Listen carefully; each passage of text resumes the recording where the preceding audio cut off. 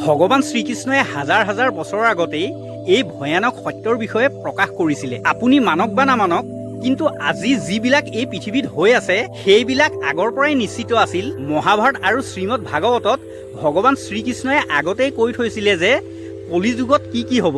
আহক শুনোচোন তেওঁৰ শব্দৰ সাৰ। কলিযুগত সত্য, তপ, দয়া আৰু চিন্তা শক্তি এই চাৰিটা স্তম্ভ কমজুৰি হৈ যাব। কেৱল অভিনয় আৰু অধৰ্ময়ে প্ৰাধান্য পাব। সম্পৰ্কবোৰ স্বাৰ্থৰে ভৰি থাকিব। মনুষ্যই নিজৰ পিতৃ মাতৃ আৰু গুৰুক সন্মান কৰিব পাহৰি যাব।